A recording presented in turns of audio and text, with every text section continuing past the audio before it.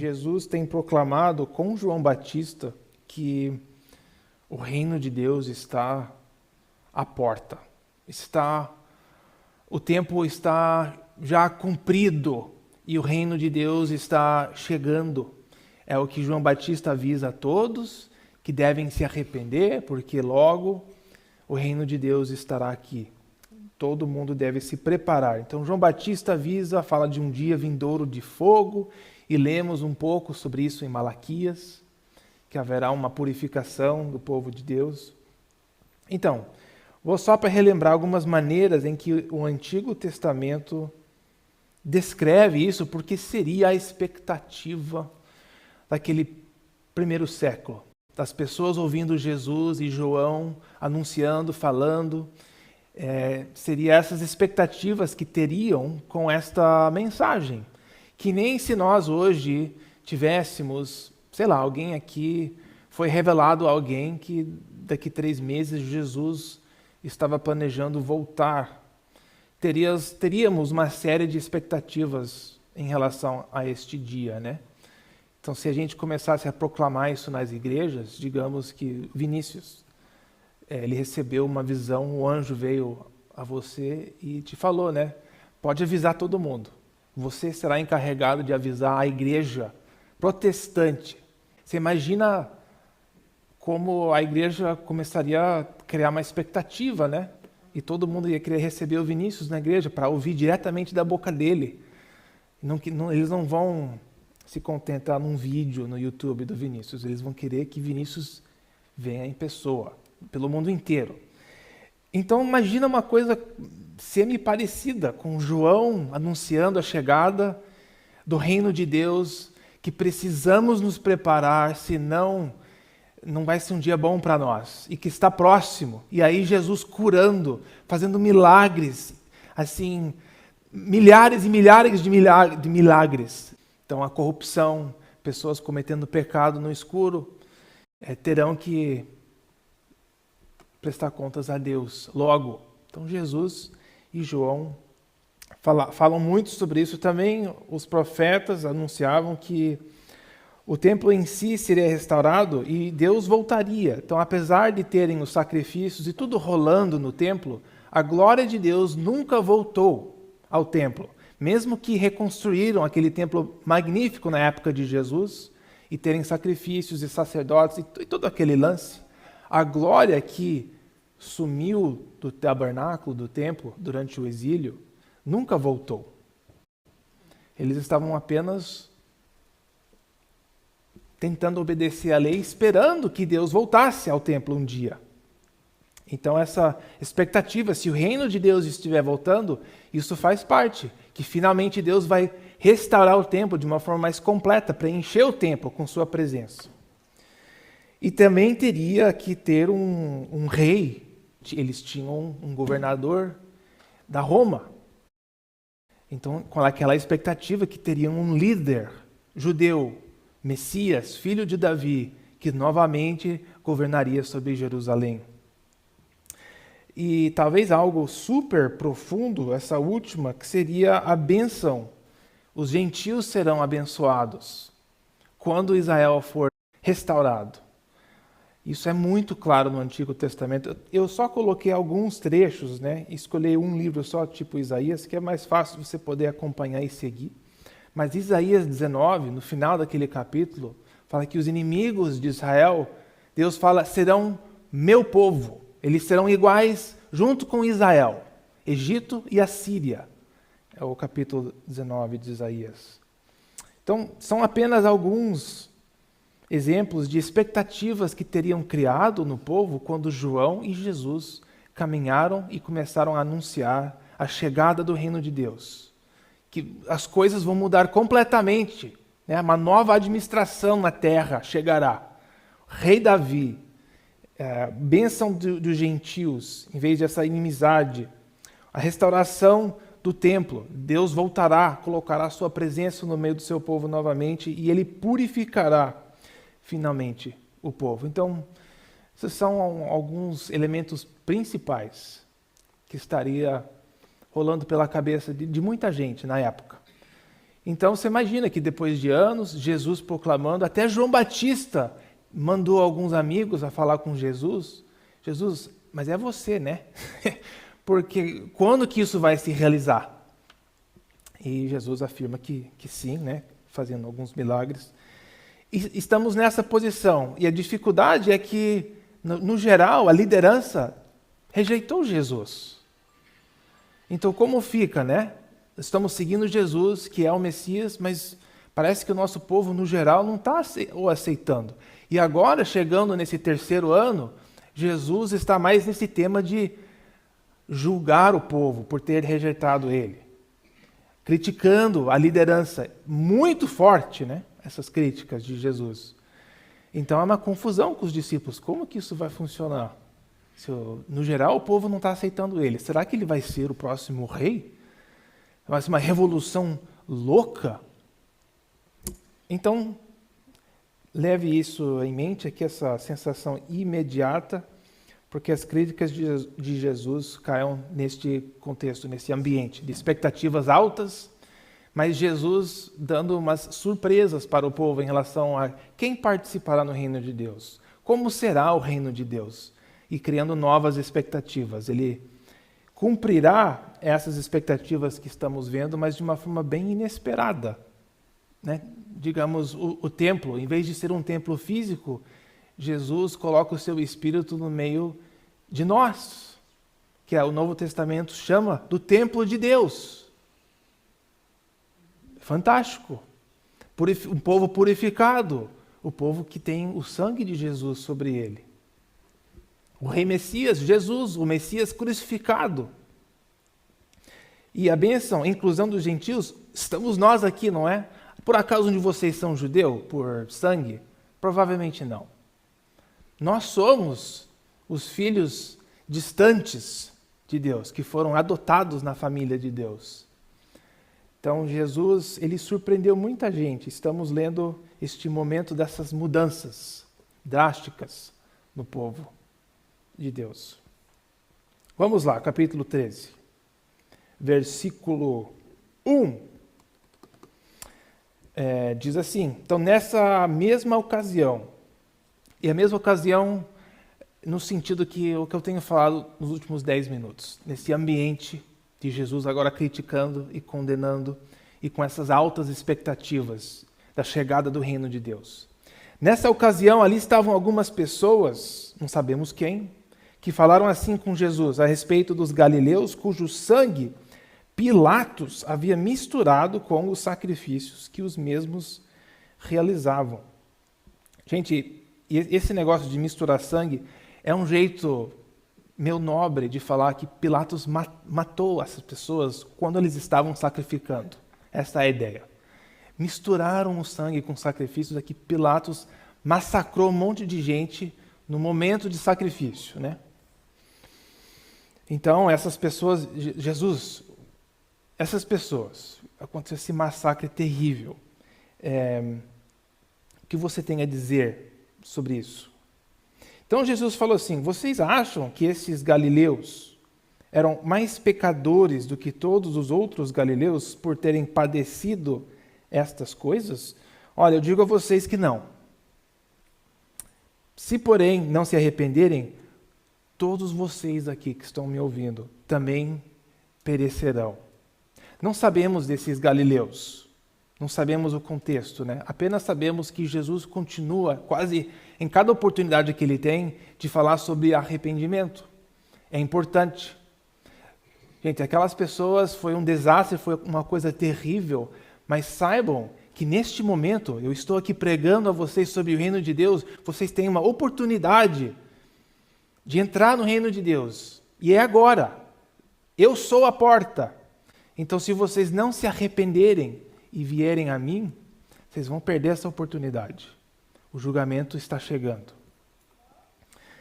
E ele continua aí: quanto àqueles 18 sobre as quais desabou a torre de Siloé e os matou, vocês pensam que eles eram mais culpados do que todos os outros moradores de Jerusalém?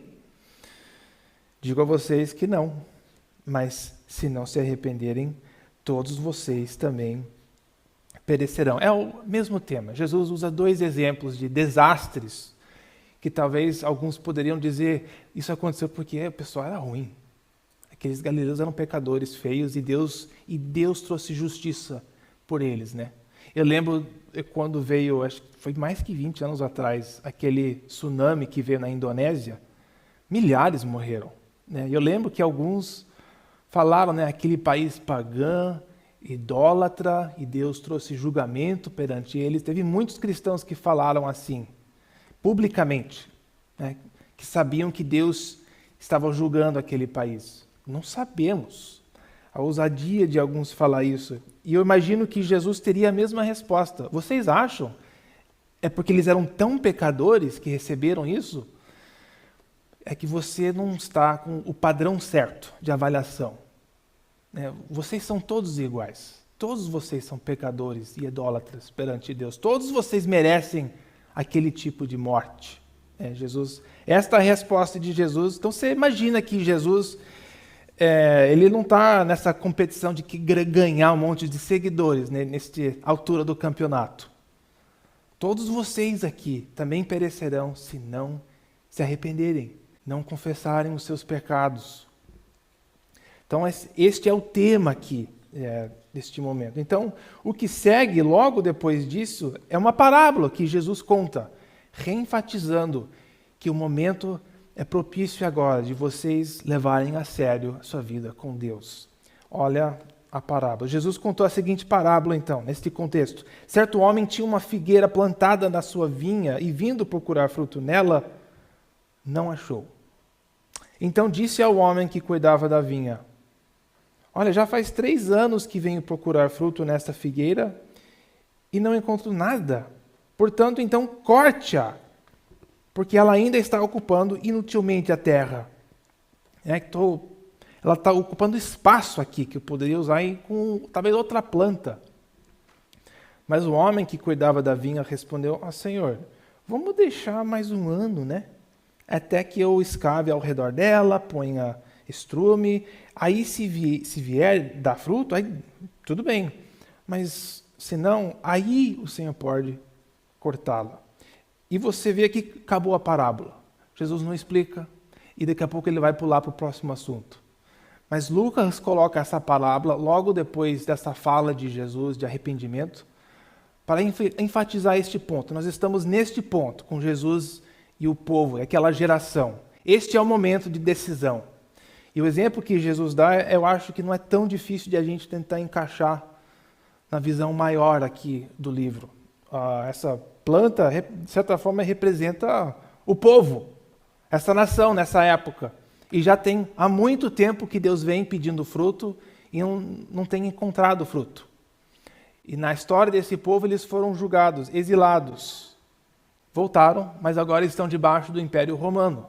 E eu acho que o que encaixa muito bem aqui é esse sentido, que já faz um bom tempo que o dono já vem pedindo as contas. E já foram disciplinados. E agora estão naquela última fase, onde já foi pedido mais um tempinho.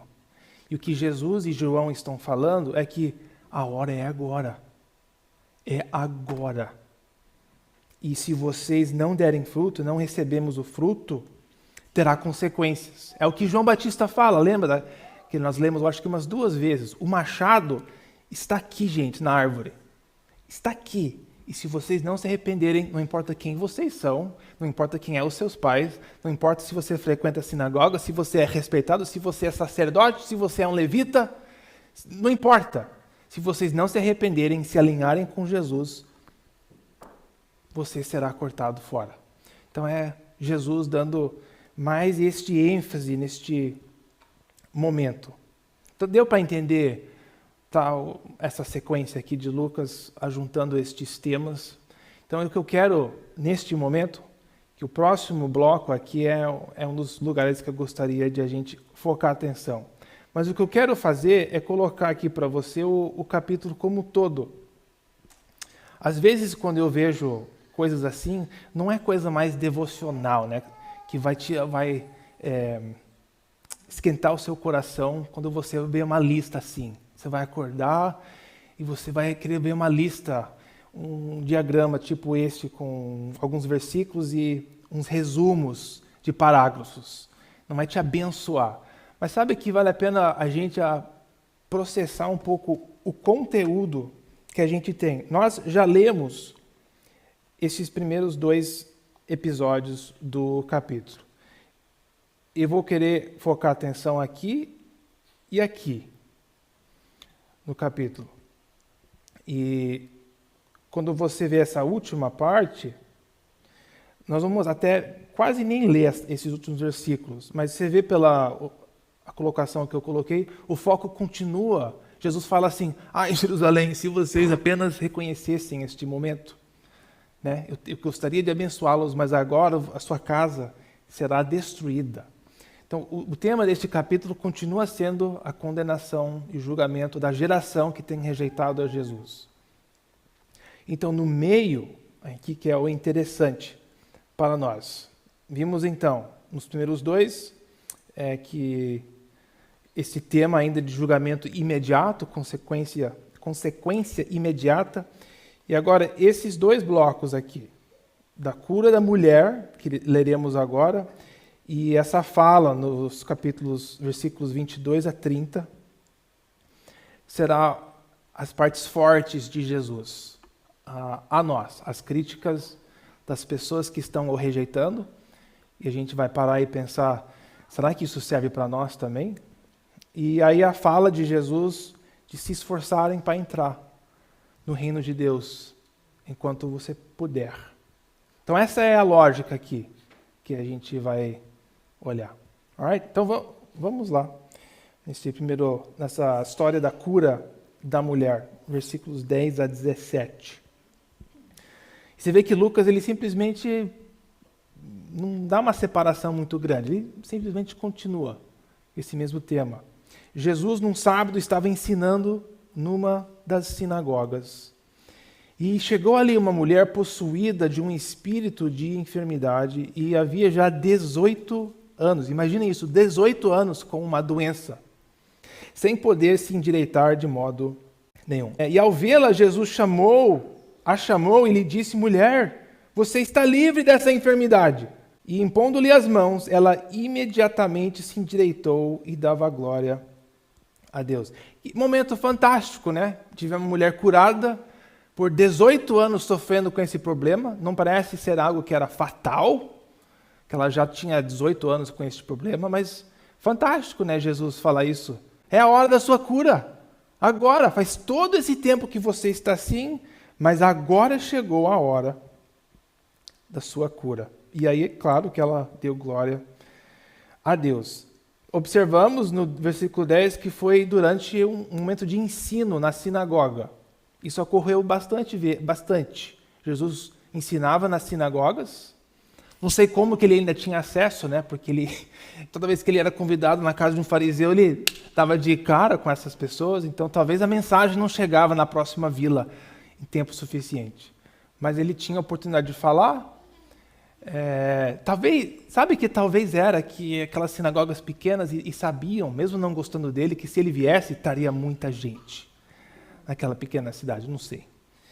Enfim, na sua fala, chega um momento que Jesus, ele curava muita gente ainda. Então, apesar dele ser mais crítico nesse momento do ministério, ele continuava curando e fazendo milagres maravilhosos. Então, este é um exemplo disso. Versículo 14, aí o chefe da sinagoga, tão feliz por ver Jesus curar essa mulher, que ele amava tanto, ele chorou, abraçou Jesus e se converteu. Quantas vezes a gente vê essa cena? Eu acho que quando a gente lê, talvez estejamos acostumados, mas é chocante ver o chefe da sinagoga. Será que essa mulher estava lá há 18 anos já? Que ele já a conhecia? Que coisa horrorosa. Indignado por ver Jesus curava no sábado. Jesus, no sábado você vai fazer isso? Ele fala assim, gente, tem 6 dias aqui em que você deve trabalhar. Venham nesses dias para serem curados, mas não no sábado. Cara chato, né? Imagina ser debaixo do chefe dessa sinagoga. Você tem que lidar com uma pessoa desse tipo. Eu acho chocante essa fala desse chefe da sinagoga, que faz parte dessa crítica de Jesus, que veremos que essa religião falsa, legalista, ela tem esse potencial de chegar tão longe de Deus que se vira contra Deus. Era para ser um lugar de aprender sobre Deus, a sinagoga, de adorar a Deus, de encontrar Deus. Aí chega Deus em pessoa, curando alguém, e como se fosse expulso da sinagoga. Não quero você aqui fazendo isso nesse dia. Vem no outro dia, quando estivermos fechados, né? A sinagoga está aberta no sábado. Então vem no outro dia que estamos fechados e faz isso lá fora. Não faz isso aqui dentro. Você vê aqui também o detalhe de quão famoso Jesus está, mas quão desafiador a mensagem dele é. Porque ele está falando o reino de Deus, um novo sistema de governo está logo para chegar. E se esses líderes, chefes de sinagogas, sacerdotes, sumo sacerdote, não se arrependerem, estarão fora. Então, quando Jesus chega dentro de uma sinagoga e começa a comprovar a sua mensagem com milagres, e o chefe da sinagoga não é um seguidor de Jesus, ele está no lado de fora das coisas, né? Então ele fica ofendido, claro, uma mensagem dessa. E o que Jesus faz? Difícil saber o coração dele, mas Jesus aqui revela para nós. Porém, Jesus, o Senhor, lhe respondeu: seu hipócrita! Cara, cada um de vocês não desprende da manjedoura no sábado, seu boi, seu jumento, seu animal. Você não toma conta do seu animal no sábado. Eu estou aqui ajudando essa mulher, uma pessoa, na imagem de Deus. Você não está vendo a lógica aqui? Por que motivo não se deveria livrar deste cativeiro? Em dia de sábado, esta filha de Abraão, a quem Satanás trazia presa há 18 anos. Tendo dito Jesus essas palavras, todos os seus adversários ficaram envergonhados. Entretanto, o povo se alegrava por todos os feitos gloriosos que Jesus realizava. E é isso que eu estou falando. Jesus fazia esse tipo de coisa bastante, especialmente nesse terceiro ano. Não sei como ele continuava a ser convidado a falar nas sinagogas e nas casas dos fariseus. Mas você veja aqui que coisa, como ele dá de cara com essa religiosidade falsa, critica, e ele fala aqui que Satanás trazia presa essa mulher há 18 anos, que é interessante isso. Satanás tinha presa essa mulher e é a hora agora dela ser liberta. Representando a mensagem de Jesus desde o capítulo 4, que ele anuncia: eu sou aquele cara de Isaías 61 que vem trazer o dia de libertação. Os cativos serão libertos. Perdão de pecados finalmente está aqui. É a mensagem de Jesus. E este contraste da religião, esse legalismo, mas também a lei em si, a lei de Deus, ela não era capaz de livrar o povo. A lei que Deus deu para Moisés, que aí concedeu para o povo, a função dela não era de libertar o povo em si. Não é como se Deus tivesse dado os 10 mandamentos e falasse assim: gente, se vocês seguirem os 10 mandamentos, vocês se curarão do pecado.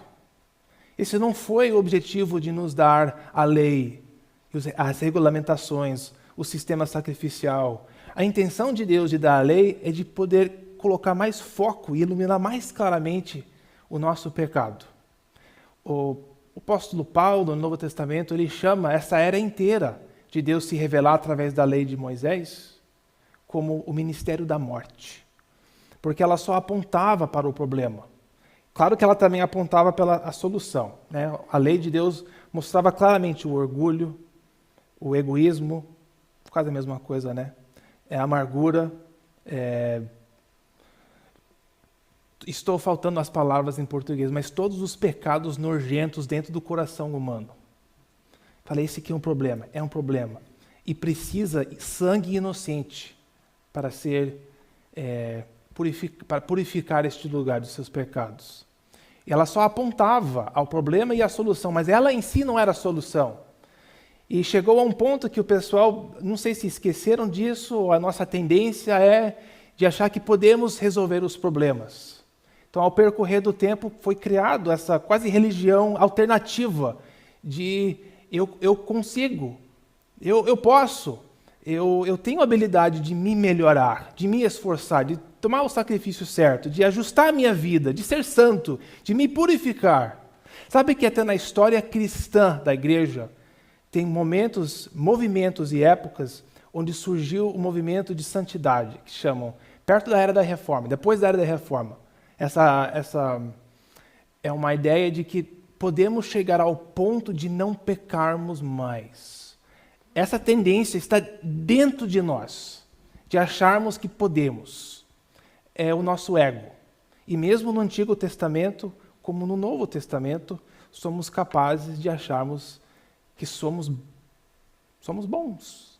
Não somos tão ruins, né? E se você é honesto com si mesmo, a gente tem esse reflexo meio que natural. Quando a gente vê uma coisa terrível, pensa, eu nunca. Que coisa, essa pessoa é uma pessoa horrorosa, merece morrer. Se formos honestos com o padrão que Deus nos dá, nos avaliarmos de acordo com a lei de Deus, o que Jesus faria, você também. Se você não se arrepender, você também merece a mesma coisa. Ou você receberá a mesma coisa perante Deus. Porque Jesus já fala, né? Mesmo você não cometendo o erro, perante Deus é um outro padrão. A nossa lei civil é, você pode pensar o que você quiser. E ainda cremos que podemos falar o que você quer. Mas no momento que você começa a agir, aí tem consequências, né? Mas Jesus trouxe uma outra lei, que até mesmo no coração, nos seus pensamentos, você matou, está bravo, é como se você tivesse matado. Você é culpado da morte do seu irmão, né? Você olhou com inveja, olhou com desejo, é adultério já, perante os olhos de Deus. Então, o padrão de Deus é outro em relação à justiça. Então, Jesus, usando a lei, Deus quis nos instruir sobre isso, não que nós criássemos uma religião para seguirmos e obtermos a santidade. Então, isso foi o propósito de Deus no Antigo Testamento, e a gente vê mesmo depois de Jesus, cristãos tomando um pensamento que podem alcançar aqui, neste mundo, antes da ressurreição, a santidade pura, 100%. Todos nós temos essa tentação de criar uma religião falsa, até mesmo dentro do que chamamos de cristianismo. Modificarmos o que Jesus ensina. O que a gente acaba fazendo é a gente ignora as coisas que Jesus fala e sentimos que ele fala outras coisas. É o assunto do dia, que é o que a gente sente que é verdade, verdadeira. A gente mal busca saber o que Jesus realmente falou e ensinou, mas queremos ser guiados pelos nossos sentimentos. Este é o nosso Deus de verdade, é os sentimentos que temos. E o que Jesus traz aqui é um outro jeito de pensar sobre o reino de Deus, o que ele espera. Então, tentando voltar aqui, eu acho que eu caminhei num assunto, mas a ideia daquele assunto é que a lei de Deus tinha um propósito, de nos ensinar sobre o pecado dentro de nós, de nos mostrar que só ele poderia nos resgatar e salvar, não que iríamos criar uma religião alternativa. E o que os religiosos fizeram aqui, somos também bem capazes de fazer, e possivelmente até fazemos. Porque a mensagem que sai de muitas igrejas hoje em dia é também terrível. Uma coisa que não é Deus, né? Não precisamos seguir essa fala. Mas Jesus fala que, neste exemplo que Lucas nos dá, quando ele fala, é a hora que essa mulher que está presa por Satanás se liberta. O momento de salvação chegou. E a lei, ela não é capaz de se salvar. Seguir as leis de Deus, obedecer, ir para a igreja, né, descer e fazer uma declaração num altar, chorar, isso não te salva. Jesus te salva. Ele é capaz de te salvar. O ênfase aqui deste momento é isso. Jesus, ele se posiciona como o Salvador, o único Salvador, em contraste de qualquer religião ou sistema de regras e regulamentações. Mas você vê aqui, a gente não sabe, porque Jesus critica o povo e a geração bastante. Então é possível que o povo se alegrou com Jesus, mas não decidiram o seguir. Que isso também é bem comum. celebrar, falar coisas boas sobre Jesus, mas no final não se submeter a Ele, porque veremos que a porta é bem estreita e são poucos, afinal, que vão entrar. Vamos continuando aqui nos episódios. Logo em seguinte, Jesus nos dá 2 parábolas sobre o reino de Deus, e eu vou rápido aqui por causa do tempo, mas você vê que o tema não mudou.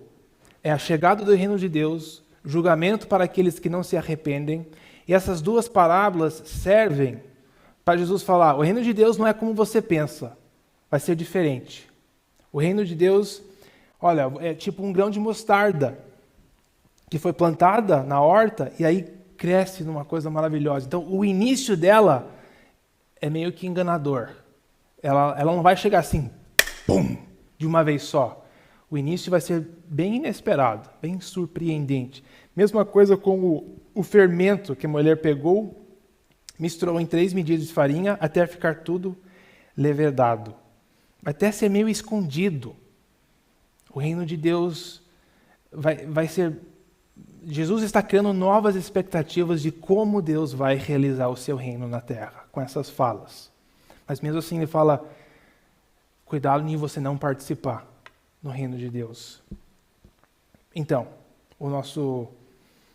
a outra parte que eu queria focar. Primeiro foi aquela fala de Jesus criticando a hipocrisia da cura daquela mulher, e como a lei de Deus, a lei mosaica, e até mesmo os mandamentos de Jesus, não é como se nós seguimos os mandamentos, alcançaremos uma vida melhor. Não, não é isso. Jesus fala, Ele é a salvação, Ele é a vida eterna, é Ele, uma vida com Ele. Então essa é uma das primeiras coisas que Jesus está enfatizando, e a outra nós encontramos aqui. Então Jesus, versículo 22, ele continuando, passava pelas cidades e aldeias, ensinando e caminhando para Jerusalém, e daí alguém lhe perguntou, Senhor, são poucos os que são salvos? E essa pergunta se encaixa muito bem, porque Jesus tem sido bem crítico com as pessoas ao seu redor. Geração perversa, se arrependam. E a gente vê que a reação da maioria não é positiva a Jesus. Mas claro que todo mundo quer ver os milagres. Todo mundo quer ver a coisa fantástica ainda. Então Jesus continua com mais e mais pessoas o seguindo, mas os seus seguidores, ao mesmo tempo, os verdadeiros seguidores, estão cada vez mais diminuindo nessa altura do campeonato. Inclusive, eu acho que já lemos, né? João 6, 66, já ocorreu nessa altura da vida de Jesus, onde muitos que eram discípulos, não o povo o seguindo, já decidiram que não iam mais seguir a ele, porque as falas ficam cada vez mais fortes, né? Você tem que beber meu sangue. E o pessoal vai ficando cada vez mais, sério? Né? Se você não odiar seu pai e sua mãe, você não pode ser meu discípulo. Cada vez mais o pessoal, eu acho que não é para mim isso. Estava tudo bem, multiplicando os pães, andando sobre as águas, né? Humilhando os líderes da sinagoga, mas eu acho que agora Jesus está indo além do que eu gostaria de fazer. Então, talvez essa pergunta venha com isso em mente. Críticas altas de Jesus e não parece que a nação inteira está caminhando com ele. Ele está criando caos. E famoso. Quando Jesus entra em Jerusalém, daqui a uns meses, a gente sabe que foi aquela muvuca. Os seus seguidores estavam loucos, né? Cantando e berrando, Hosana, e esperando aquela coisa maravilhosa. Mas sabe que Mateus fala que muitos na cidade, talvez até a maioria, o que está acontecendo aqui com esse cara? Não só os líderes, mas os moradores também de Jerusalém. Que confusão é essa? Era uma mistura a reação a Jesus. Famoso sim, mas vários grupos com seus pensamentos sobre Jesus.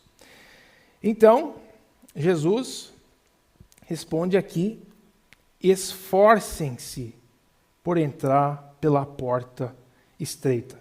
Nós vamos voltar a este versículo e refletir mais para o final, mas eu gostaria de meio que ler tudo que Jesus fala, mas é a resposta de Jesus. Esforcem-se. É a palavra em grega de agonia. Literalmente a palavra em grego é agonizo. É onde o latim tirou agonia, onde o português tem é a mesma palavra. Quando a gente fala agonia, que agonia? Essa palavra de dor, luta. Muitas vezes era usado em luta greco-romana, uma agonia, uma luta. A gente vê lá na Bíblia bastante em relação a uma luta. Estava procurando outra palavra. Batalha. Algo que requer esforço, suor. Pois afirmo a vocês que muitos procurarão entrar, mas não conseguirão. Imagina uma multidão de gente. Todo mundo querendo chegar mais perto, ver Jesus, ouvir a voz de Jesus. Ele falando, esforcem-se para entrar, porque muitos vão querer entrar, mas não vão conseguir. Por quê? Porque quando o dono da casa se estiver levantado e fechado a porta, e aí vocês, do lado de fora, começarem a bater, dizendo, Senhor, abre a porta aqui para nós, ele responderá, eu não conheço vocês. Nós nos conhecemos? Quem é você? 26. Então, aí vocês vão falar assim, cara, a gente comeu, jantamos junto, eu estava lá naquela casa do fariseu, quando você humilhou ele, eu estava lá com você, eu estava torcendo naquele momento. E o Senhor ensinava nas nossas ruas, você estava na minha casa. Mas ele dirá a vocês, nós não nos conhecemos. Na verdade, vão embora, vocês que praticam o mal. E ali haverá choro, ranger de dentes, quando vocês virem Abraão, Isaque e Jacó, todos os profetas, aonde? No reino de Deus. Então, anotem ou vejam que o tema continua, o reino de Deus está chegando, gente. E se vocês não se arrependerem, vocês não participarão, vocês estarão do lado de fora. E o que vimos semana passada que é algo imediato, que estava prestes a chegar, que chegou com Jesus. Ele fala, e vocês ficarão de fora. Vocês não estão entendendo que vocês, judeus, só por serem judeus, não vão participar no reino de Deus se vocês não se alinharem comigo. Eu estou falando que vocês ficarão de fora. Eu acho que temos mais... Sim, ele fala, muitos até virão do Oriente, Ocidente, Norte, Sul, e tomarão lugar à mesa no reino de Deus. Estamos falando do reino de Deus, que Jesus inaugurou 2000 anos atrás. Porém, de fato, então, últimos serão primeiros e primeiros serão últimos, que é essa inversão das expectativas. Jesus fala que o reino de Deus, ela vai meio que virar ponta cabeça as suas expectativas, falando para os judeus, vocês que esperam entrar, esperam estar dentro, inclusive vocês já acham que está tudo certo. Então Jesus fala para eles, se vocês não se alinharem comigo.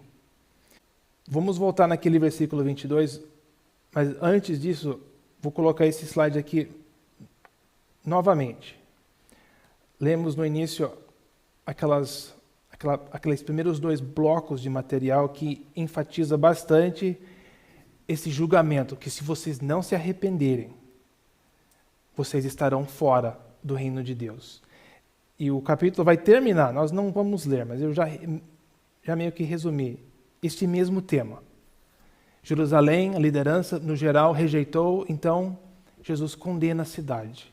E 40 anos mais ou menos depois que Jesus morre, aquela cidade é destruída. Eles recebem o seu julgamento. Destruição do templo, da cidade, da liderança religiosa, todos. Acabou.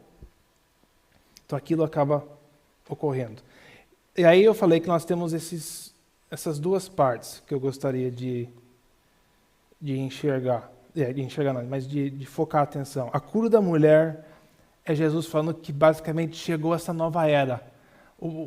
A era de curar, de libertar os presos. Tudo que a lei de Deus é incapaz de fazer, de te livrar do seu pecado, a lei de Deus só acusava, só apontava, só falava que Deus tinha a resposta, só falava que o problema estava dentro de você, de todos nós. Jesus fala, Agora, finalmente chegou a hora de Deus resolver o problema desde o jardim.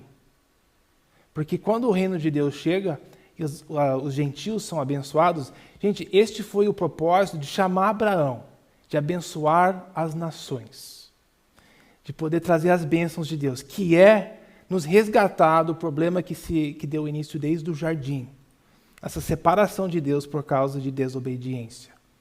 Então, essa primeira cura da mulher, ela, no meio desse bloco de Jesus condenando e avisando de arrependimento, ela enfatiza esse aspecto. Jesus trouxe salvação a nós. Então, a libertação dos nossos problemas podem ser encontradas em Jesus. Completa libertação, né? Aquela mulher com 18 anos, isso representa, nós estamos cativos pelo pecado, uma condição terrível. E o problema é que, especialmente os mais religiosos, às vezes, eles têm alguns pecados mais aceitáveis e têm uma tendência de achar que eles não têm uns problemas tão difíceis. Especialmente nós que fomos criados, semelhante aos judeus no primeiro século, criados num ambiente com as leis de Deus, é fácil de achar que não somos tão ruins, porque provavelmente na nossa família ou nós mesmos não cometemos pecados tão graves daqueles tipos, mas pecados mais normais. Mas cultivando um coração orgulhoso. Gente, você chegar ao ponto de achar que você é melhor do que um outro, é porque você não se enxerga de verdade, né? O seu verdadeiro problema, coração. Você acha que você está mais próximo de Deus. Jesus fala assim, você está louco. E a gente vê em Lucas que são os religiosos que não conseguem enxergar Jesus, mas os pecadores, a prostituta, as pessoas com doenças, conseguem enxergar que Jesus tem a solução. Eles não têm o orgulho de falar, eu não vou lá, não vou falar que eu estou com problemas, não vou confessar o meu problema em volta de todo mundo aqui. Vão perder status. Se preocupam mais com a opinião de outros do que com a opinião de Deus em si. Mas chegou a hora. E aí Jesus fala, então, devemos nos esforçar para entrar no reino de Deus. E até parece que é um tipo de legalismo, né? Porque a gente fala que o cristianismo é graça, não é? Jesus é uma graça, precisamos receber a salvação. Como é que Jesus está falando? Vão se esforçar agora para entrarem no reino de Deus. Será que isso é incompatível com a doutrina de graça? Vamos olhar aqui novamente o versículo 24, onde Jesus fala, esforcem-se por entrar pela porta estreita. E talvez isso nos soe estranho porque não escutamos as palavras ou não lemos as palavras de Jesus suficientes para deixarem elas bater na nossa cara, sabe? Levar um tapa na cara. Jesus falando, se esforcem para entrar pela porta estreita. Então a primeira coisa que vamos observar, quando Jesus fala se esforça, ele não está falando aqui que você tem que produzir salvação, obter salvação. Esse não é o objetivo dessa fala. Mas é sim um esforço para a gente aceitar, em primeiro lugar, a verdade que a palavra de Deus fala sobre nós. Não é fácil você aceitar que você realmente não merece nada da parte de Deus.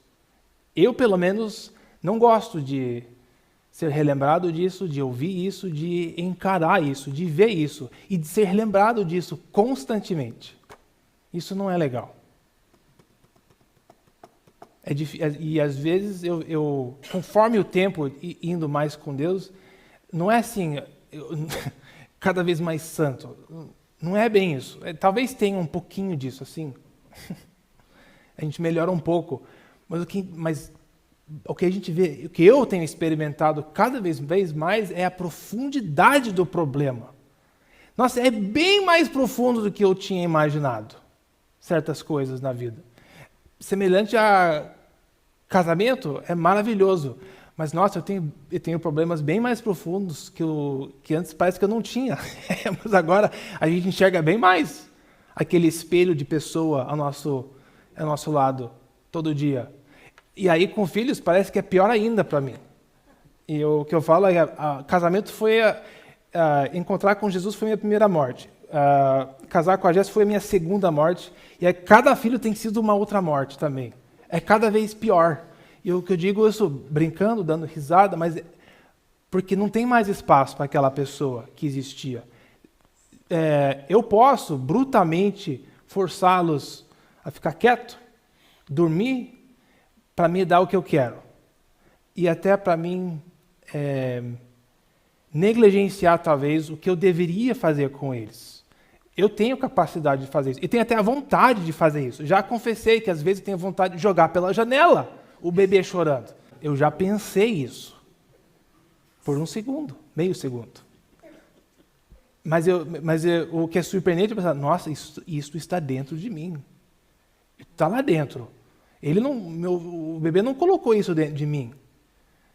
Estava dentro do meu coração. Ele acordou aquilo. Estava dormindo, aquele lado meu. Mas acordou com aquela berraria constante. Pai, pai, pai, pai, pai, pai, pai, pai. Hoje já teve esses pensamentos. Com pai, pai, pai, pai, pai. Levi, 5 minutos. Pai, ok, mas pai, antes... Esforcem-se por entrar pela porta estreita. Creio que se formos abrir o que isso significa, começa com a dificuldade de aceitar o que a Bíblia nos diz sobre nós mesmos. Quando Jesus fala, o que suja todos vocês é o que sai do seu coração. Não é a comida que você come, não é o lugar para onde você foi, né? É o que está dentro do seu coração. É isso que suja você perante Deus. Tá? Sim. Temos atos de pecados que cometemos, mas antes de cometer o ato físico, acontece aqui dentro, gente. Esse que é o negócio. Você foi aonde? Eu vi você lá bebendo, lá não sei aonde. Yes, é um ato de ser um alcoólatra, mas o coração tem um problema antes de chegar a esse ponto. E Jesus falou, o problema é bem antes. Então, as diferenças das pessoas que cometem o próprio pecado, que estão sofrendo, e aqueles que não cometem, a diferença é tão... Claro que temos consequências aqui que são de verdade, mas aos olhos de Deus a diferença é pequena. Esforcem-se, esse esforço moral que temos de aceitar tudo que a Bíblia fala sobre nós mesmos e de rejeitar toda a tentativa nossa de querer se esforçar a alcançar a Deus. Imagina isso para os líderes da sinagoga, que sua vida inteira era essa. Eles teriam que rejeitar tudo para seguirem a Jesus. Então Jesus fala, vai ser um esforço tremendo de você me seguir. Esta mensagem eu acho que ela não é tão comum a gente ouvir, talvez pela sinceridade da igreja querer alcançar as pessoas de fora.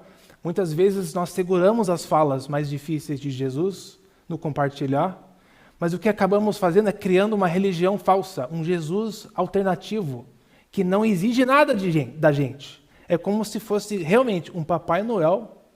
Vem aqui sentar, o que é que você quer este ano? Né?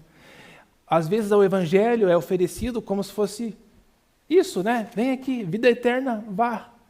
E vai celebrar a sua vida agora. Vem aqui apenas fazer uma oração. Se você tem um sentimento no seu coração na hora deste culto, não é cansaço, é o Espírito Santo. Vem aqui, vamos orar e você vai se tornar filho de Deus. A gente, às vezes, comunica que Jesus não exige nada, que Deus não espera nada de nós. Esse esforço que Jesus está falando, ele vai explicar cada vez mais. No capítulo 14, ele vai dar uns dentes nessas falas, o que significa ser um seguidor dele, de verdade. Mas já está plantando a semente aqui. Então, se esforçar tem a ver com a dificuldade que é de aceitar o que a Bíblia fala sobre nós, de rejeitar qualquer ideia que a gente tem, que a gente consegue agradar a Deus através do nosso próprio esforço. E aí, o outro detalhe aqui é que a porta de entrada é bem estreita. E isto é que representa que Jesus exige bastante de nós no contrato de ser um discípulo. Capítulo 14, ele vai falar, tem certas coisas que você precisa fazer se você quer ser o meu seguidor. Ele vai falar isso para as pessoas claramente, aquela multidão. Gente, eu sei que eu sou bem popular neste momento, e que é fácil você na multidão me seguir, mas seguir a Deus você vai precisar avaliar se você realmente quer isso, antes de você vir aqui. Porque vai requer tudo, né? Então, dando alguns resumos do que veremos semana que vem. A vida com Jesus vai significar uma vida sacrificial agora. A sua vida não vai ser mais para você. A sua vida não vai ser mais para sua família. A sua vida vai ser agora para Deus. E isso não é fácil, pensar assim, né? Sua vida agora não é mais tua. Você vai viver para Deus. Você vai se submeter agora a Deus. Não só domingo, não só uma parte da manhã. Você vai se submeter às palavras de Deus agora. A porta é bem estreita. Todos são convidados, né? Ninguém está sendo expulso ou excluído por causa da cor da pele, da língua que fala. Jesus fala, não, é para todos, mas são poucos que vão querer entrar depois de saberem o que eu estou exigindo de todos vocês. Uma vida sacrificial vai também exigir um nível de compromisso com o corpo de Cristo. Não tem como você ser um cristão e ser um cristão, um soldado sozinho, na luta. Só você. Não, eu sigo Jesus. A igreja, difícil, né? Mas, sim, eu com Jesus, não tem isso. Quando você segue Jesus, tem o seu corpo em algum lugar. Você é chamado a participar, de conviver. Não tem como você escapar disso, de ser muito passivo na vida do corpo de Cristo. É uma porta estreita. Às vezes a gente não quer compartilhar a vida. Queremos controlar, né, e limitar a quantidade de tempo, porque é muito mais fácil ser legalista.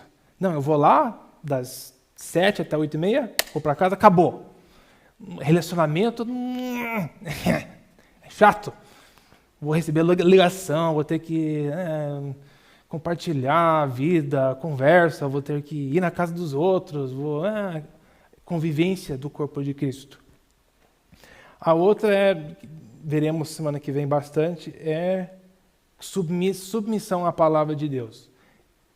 Eu falo, é uma fala bem comum isso, né? Nós temos que nos submeter à palavra de Deus e falamos, sim, claro que temos. O problema é que não tem como você se submeter a algo que você não sabe, né? Não tem como você, não, eu vou me submeter a tudo que Jesus fala. Mas se você viver, se na sua cabeça esse é um vazio, aí é bem fácil se submeter àquilo, não é verdade? E isso infelizmente, é como o cristianismo é oferecido às vezes às pessoas de fora, até mesmo o ambiente evangélico, é um Jesus meio indefinido, onde a gente não sabe muito bem tudo o que ele tem falado, tudo o que ele espera, tudo o que ele pensa, tudo o que ele tem mandado, exigido, e talvez por não querer parecer, nós mesmos, parecer legalistas, mas é o que Jesus vai colocar perante a gente aqui, na sua palavra, é que ele tem um padrão alto para nós seguirmos, ele não espera a perfeição de nós, mas ele sim espera que a gente vai tentar de tudo, a fazer tudo, e vai nos capacitar a fazer tudo, não temos desculpa. Ele vai falar em Efésios que todo o poder de Deus, que ressuscitou o corpo de Cristo, agora está disponível a todos os seguidores de Jesus. Então não tem que falar, não dá, Jesus quer que eu faça isso? Não tem como eu fazer isso. Jesus vai falar, então, isso aqui não é para você, cara. O reino de Deus não é para você. Por isso que ele diz, eu afirmo a vocês que muitos procurarão entrar, mas não conseguirão. Porque a parte legalista é fácil de entrar. Comparecer, entrar na lista de oração, ir nas atividades que uma igreja tem, nas sociais, ir nos cultos, fazer tal e tal. Mas ter aquele relacionamento com Deus, onde Deus constantemente está te relembrando de como você é podre, isso não é legal de fazer. Então, o que deve acompanhar a nossa vida este constante arrependimento com Ele. Conforme a gente vai aprendendo, andando, isso vai ser parte da vida cristã. Se alguém não tiver isso na vida, tem alguma coisa errada. O Jesus que está com você não é esse tipo de Jesus. E veremos que, contudo, teremos o poder de Deus, libertação dentro da nossa vida, perdão de pecados, o amor constante de Deus, a misericórdia de Deus. É isso que Ele vem e trouxe. Ele traz tudo, o pacote completo da parte de Jesus. Então, esses capítulos são fortes. E Jesus quer deixar muito claro que é fácil a gente se enganar com uma religião falsa e que vale a pena a gente se esforçar. Né? Então, para os de fora, é um desafio forte, e para nós que já estamos dentro, continua sendo uma palavra forte, que Deus fala, esforcem-se. E Paulo vai dizer na 2 Coríntios, examinem-se para terem certeza, confirmar, solidificar que vocês estão dentro da fé.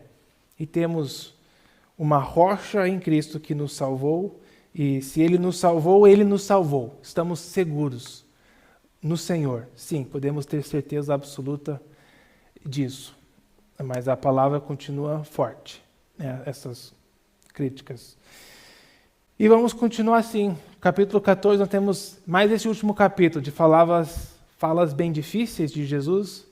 E aí entraremos em parábolas que serão um pouco mais, não é que é leves, mas são mais direcionadas a essa salvação e a imenso amor de Deus, compaixão de Deus a todos nós. Tipo a palavra do filho pródigo, das moedas perdidas, como Deus é bom e Ele corre atrás de nós.